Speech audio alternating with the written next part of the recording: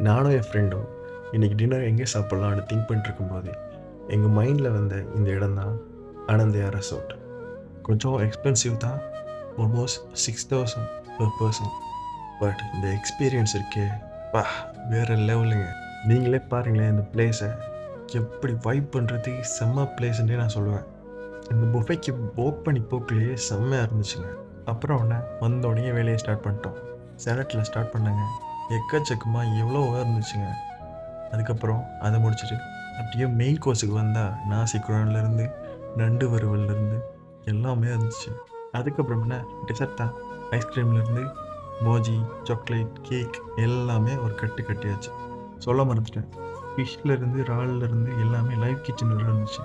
அப்படியே டின்னர் முடிச்சுட்டு அப்படியே வீட்டுக்கு கிளம்பிட்டோம். செம்ம எக்ஸ்பீரியன்ஸ்னே சொல்லுவேன். நீங்களும் ஒரு வாட்டியாவது ட்ரை பண்ணி பாருங்கள், செம்மையாக இருக்கும்.